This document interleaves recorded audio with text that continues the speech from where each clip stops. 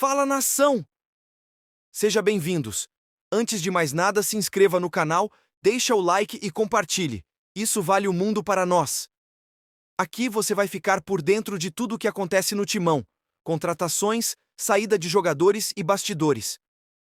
Agora, sem mais delonga, vamos para as notícias.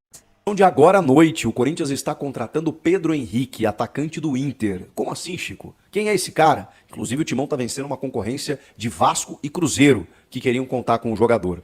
Ele tem 33 anos e eu tô vendo aí na rede social já uma preocupação, primeiro pela idade do jogador e segundo porque ele teria um histórico de lesões. Isso é mentira. Eu acompanhei muito o Pedro Henrique desde que ele chegou ao Inter na metade de 2022 e tô aqui para falar para vocês que negócio que o Corinthians fez. Eu achei um baita reforço. Tô falando sério. O Pedro Henrique é o seguinte: é um ponta, jogador de beirada, muito rápido, muito habilidoso, que jamais aparenta a idade que tem. Desde que ele chegou ao Internacional, ele inclusive fez uma dobradinha com o Wanderson, que hoje é titular do Eduardo Cudê e que é esse ponta de beirada, que vai pro drible, que é um pouco mais jovem, que estava no futebol da Rússia. O Pedro Henrique veio do futebol da Turquia. O Pedro Henrique é o seguinte: ele surge em Santa Cruz do Sul, numa avenida no interior do Rio Grande do Sul, faz a vida inteira dele lá fora, joga mais de 10 anos na Europa, em clubes mais periféricos. Talvez um pouco a história um pouco parecida aí com a do Igor Coronato, que eu já vou falar sobre ele, inclusive nesse vídeo. E aí ele retorna ao futebol brasileiro, ele é colorado até, falava que torcia para o Inter na infância, o Inter repatria ele, e ele chega e vai muito bem, mas muito bem. Vejam só, ironicamente, no time de Mano Menezes. Naquela arrancada que o Inter tem no segundo semestre de 2022, onde o time sagra-se, se é que dá para dizer dessa forma, vice-campeão brasileiro. Nunca disputou o título, ficou bem atrás do Palmeiras, que foi o campeão, mas assim, naquele time que encaixou no segundo semestre de 22, ele foi um dos destaques. Ele e o Wanderson alternavam muitas vezes. As pessoas tinham dificuldade de saber quem seria o titular. O Mano Menezes tentou escalar os dois, um de cada lado. Ele joga das duas pontas, tá? Ele joga tanto pelo lado direito quanto pelo lado esquerdo. É um cara que fez muitos gols e deu assistências fazendo essa jogada do 1 contra 1. Um touro fisicamente, que jamais, repito, aparentava a idade que tinha. Vira 2023 e o Mano Menezes, pela dificuldade de elenco, coloca ele como falso 9 no Campeonato Gaúcho. Um campeonato que tinha Luizito Soares. Ele termina como artilheiro do Campeonato Gaúcho. O Inter não chega na final, o Grêmio que faz a decisão com o Caxias, e o Pedro Henrique termina o Campeonato Gaúcho como artilheiro da competição jogando de falso 9. Depois disso, o Mano Menezes simplesmente abandonou essa ideia. E aí ficou pedindo reforço e tudo mais, acabou demitido, chega o Eduardo Cudê e simplesmente não utiliza mais o cara.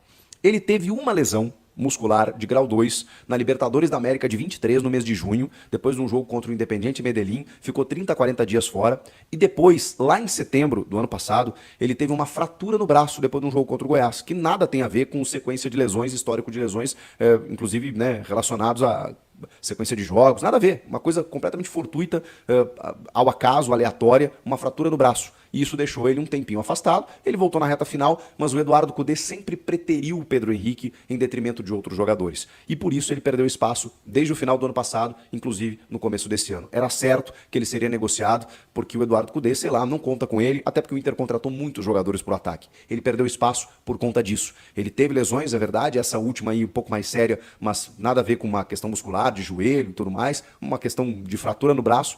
E depois o Inter contratou o Ener Valencia, tem o próprio Wanderson, tem o menino Luca, contratou agora o Alário, vai vir o Borré. Ele não tinha mais espaço, mesmo tendo renovado até o fim de 2025. Pois bem, ele sairia de qualquer forma.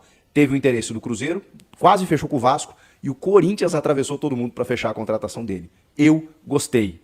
$1 milhão, cerca de 5 milhões de reais, um pouco mais do que isso, contrato indefinitivo por 2 temporadas, o Pedro Henrique. Vai dar bom. Acho que ele chega para ser titular, tanto pelo lado direito quanto pelo lado esquerdo. Dá para fazer um ataque com Romero, Pedro Henrique e Yuri Alberto. Dá para jogar com Pedro Raul, Yuri Alberto e Pedro Henrique. O Antônio Oliveira agora vai ter opções. Falando sobre outros reforços, eu realmente fiquei impressionado com o salário ou o valor que receberá Igor Coronado, 31 anos, meia que veio da Arábia Saudita, né, rescindiu seu contrato com o Al Ittihad e será jogador do Corinthians, já tem um pré-contrato firmado, tem uma previsão de chegar até o final dessa semana, fazer exames médicos, assinar contrato, porque o Corinthians quer inscrevê-lo no Campeonato Paulista e tem até o dia 16. Isso vale para o Mateuzinho. O Mateuzinho tá só pelo anúncio, a gente falou isso ontem, né, mas é uma questão só de documentação, de detalhes burocráticos, inclusive esses dois jogadores foram confirmados pelo diretor financeiro da gestão Augusto Melo, do Corinthians, o Rosalá Santoro. Ele concedeu uma entrevista ao Bola Rolando, do Band Esportes, e confirmou que esses jogadores estão chegando para compor o elenco. Ele até não tinha falado no Pedro Henrique, né, mas é mais um acréscimo que o Corinthians tem, né, nessa reta final aí do prazo que precisa para inscrever jogadores. Então tá fechando o grupo realmente. Acho que falta um zagueiro ainda e o Corinthians está correndo essa semana para contratar e anunciar mais um defensor, mas o Pedro Henrique achei uma tacada de mestre. E o Coronado e o Mateuzinho foram confirmados nessa entrevista pelo Rosalá Santoro.